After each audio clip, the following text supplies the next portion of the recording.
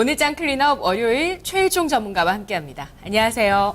반갑습니다. 네, 오늘 어떤 모멘텀 가지고 오셨나요? 네, 요즘 중국 관련된 종목들이 상당히 좀 뜨거운 그런 주가 흐름을 보여주고 있습니다. 그래서 덩달아서 이제 관련된 종목들 이렇게 좀 뜨고 있는데 오늘 제가 가지고 온 거는 한중 FTA 관련해서 자동차 부품 수혜가 예상이 된다. 이렇게 가지고 왔습니다. 예, 오늘 일정이 있습니다. 한중 FTA를 위한 제12차 협상이 우리나라에서 진행되고 있는데요.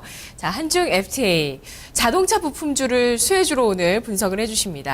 그 전에 화장품주 얘기하면서도 또 한중 FTA에 대한 수혜를 얘기를 했었는데 한중 FTA의 최고 수혜주는 뭐라고 생각하세요? 일단 관세 철폐적인 측면에서는 이제 화장품 쪽이 이제 핵심이다 이렇게 보시면 될 것 같습니다. 일단 관세 부분에서 제일 유리한 부분이 이제 색조 화장품이 될 것 같아요. 이제 관세 부분이 이제 한 30% 정도가 이제 부과되고 있는 상황이고 여타 이제 그 기초 화장품이라든가 이런 쪽 같은 경우는 이제 8.5%에 12% 그 정도 되기 때문에 자동차 부품 같은 경우는 이제 대체적으로 이제 한 4% 정도에서 5% 정도의 관세율이 적용이 되기 때문에 네. 그 부분으로 봤을 때는 이제 화장품 쪽 특히 이제 내수 이제 그 중국의 소비를 이제 내수 소비를 진작할 수 있는 부분이 상당히 조금 이제 특혜다 이렇게 보시면 될 것 같고 여타 이제 자동차 부품주라든가 LED 쪽 그리고 이 여행주 쪽이 핵심적으로 수혜를 받는다 이렇게 보시면 될 것 같습니다. 예, 자동차 부품주 한번 오늘 찬찬히 좀 뜯어서 보겠습니다.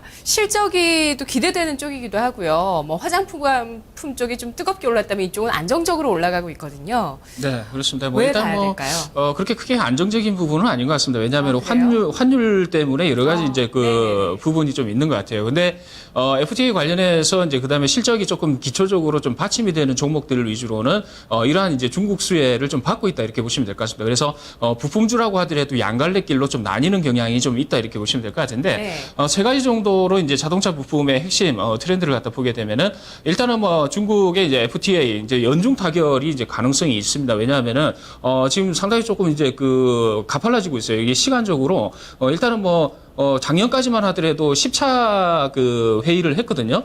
보시게 되면은 이제 중간 부분, 하단 부분 보게 되면은 2012년도 5월 달부터 2014년 3월 달까지 FTA 1차에서 10차가 이제 협상이 있었습니다. 근데 그 이후로 해가지고 11차, 12차, 오늘까지 12차거든요. 텀이 있습니다. 텀이 있는데 3월 달부터 4, 5, 6, 7, 한 4개월 정도가 지금 협상이 없었어요. 통상적으로 2개월에서 3개월 정도는 협상이 이제 계속해서 진행이 돼야 되는데 텀이 있었는데 그 텀 중간 과정에서 시진핑 이제 주석이 내한을 했습니다. 그 부분은 이제 향후 12월 달까지 봐서는 한 달에 한 번꼴로 협상이 진행될 가능성이 있다라고 보시면 될 것 같습니다. 그래서 그 부분으로 봤을 때는 지금 12차 이제 협상을 하고 있습니다만은 요번에 이제 결렬 이제 협상이 타결이 안 될 거예요. 원체 첨예한 부분이 좀 많기 때문에 완전히 그냥 상반된 그런 이제 의견을 갖다 보이고 있거든요. 그 부분으로 봤을 때는 협상 자체가 올해 말까지로 해서 한 달에 한 번꼴로 계속 열릴 가능성이 있습니다. 이 부분은 중국 시진핑 주석이 내한을 했고 그리고 박 대통령 역시도 이제 우리나라 내수가 지금 죽어 있지 않습니까? 세월호 사건이라든가 여러 가지 부분 거기다가 이제 전반적인 이제 경제 구조 자체가 환율이라든가 여러 가지 부분 때문에 조금 침체되는 그런 이제 모습을 보여주고 있기 때문에 네. 판로를 갖다 뚫거나 아니면은 이제 어느 정도 내수를 진작을 하고 수출을 갖다가 길을 열기 위해서는 중국과의 협상 이런 부분이 절실하다 이렇게 보시면 될 것 같습니다. 아무래도 지지율이 떨어져 있기 때문에 그 부분을 갖다 이슈화 시킬 가능성이 좀 크다 이렇게 좀 개인적으로 보고 있는데 그래서 이제 나오는 부분이 이제 최대 수혜주 쪽으로 이제 이야기가 되고 있습니다. 그래서 네. 앞서 말씀드린 이제 화장품도 이제 최대 수혜주가 되겠습니다만은 크게 보면은 이제 자동차 부품주 쪽하고 그다음에 운송 쪽, 그다음에 LED 이런 쪽이 최대 품목이다 이렇게 보시면 될 것 같습니다. 그래서 내용을 갖다가 한번 표를 갖다가 한번 나와 있는 표를 갖다가 한번 보시게 되면은 일단 우리 시장이 좀 나와 있는 표가 되겠죠. 일단 주요 쟁점입니다. 한국과 중국이 서로 이제 요구하고 있는 부분이 이 부분이 될 것 같은데 일단은 우리나라 같은 경우는 이제 보시게 되면은 주요 요구사항 하단부에서 두 번째 이제 코너가 될 것 같은데 일단 석유화학과 철강, 기계, 디스플레이 그 부가가치 제조 품목에 대해서 중국 쪽에 이제 조기 관세 철폐를 갖다 요구를 하고 있습니다. 반면에 중국 쪽 같은 경우는 이제 우리 농산물 시장을 개방을 확대해 달라 이렇게 이야기를 하고 있습니다. 대체적인 이야기는 이제 마늘 쪽 이야기를 좀 많이 하고 있는 것 같아요. 중국산 마늘이 상당히 맵습니다. 요즘 이렇게 식당이나 이런 데 가더라도 거의 뭐 중국산이다 이렇게 이야기할 정도로 좀 많이 이제 그 퍼져 있는 부분인데 일정 부분은 이제 우리 국내에 중국산 마늘이라든가 이제 농산품이 들어와 있습니다. 이 부분에 대해서 관세를 철폐해 달라는 부분이기 때문에요.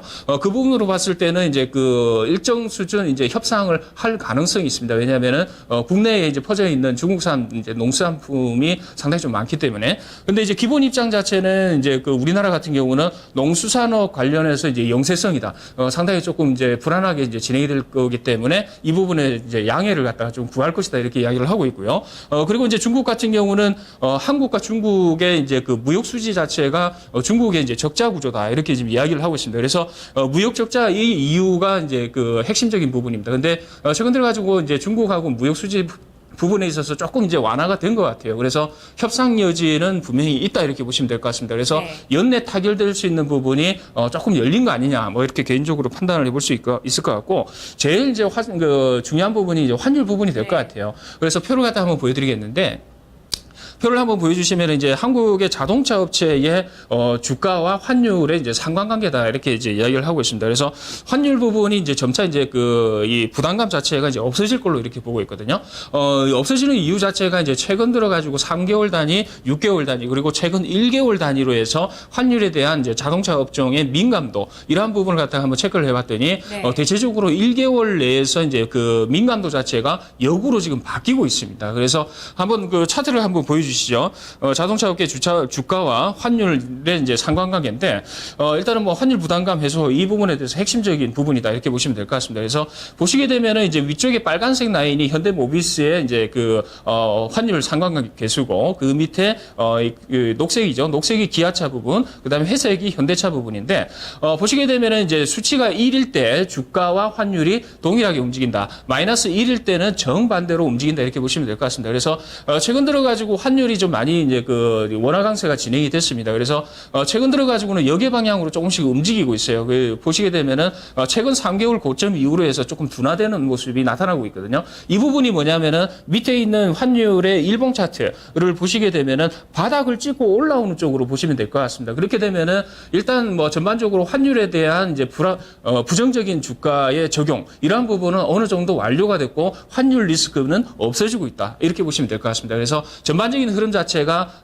환율의 리스크는 없어지고 둔화되고, 그다음에 FTA에 대한 이제 성과 그리고 이제 각 기업들에 대한 이제 실적 자체가 2분기 저점 그리고 주가는 2분기에 저점을 찍고 나서 이제 3분기를 위해서 터닝하는 시점이기 때문에 부각될 가능성이 좀 크다. 다시 말씀드리면은 3분기, 4분기 정도의 자동차 부품 업체들이 어느 정도 탄력을 받을 가능성이 상당히 높아지는 저점 부위다 이렇게 보시면 될 것 같습니다. 예. 자, 이전에는 자동차 부품주들이 이런 원화 강세에도 성장 모멘텀을 갖고 있던 쪽이 차별적인 강세를 보였었는데, 그렇다면 자동차 부품주 전반적으로 다 이제는 좀 투자의 대상으로 올려놔야 되는지 클린업 트리오 3가지 종목으로 한번 구성해 볼까요? 네, 그렇습니다. 일단은 뭐 중국 쪽에 그 효과가 좀 많이 있어야겠죠. 그래서 3가지 종목을 가지고 왔습니다. SL, 세종공업, 한라비스제공공정. 이 세 종목이 중국과 환율 영향 뭐 이런 부분하고 같이 연계해 봤을 때는 핵심 종목 아닌가 이렇게 보고 있습니다. 예. 자, SL부터 확인하겠습니다.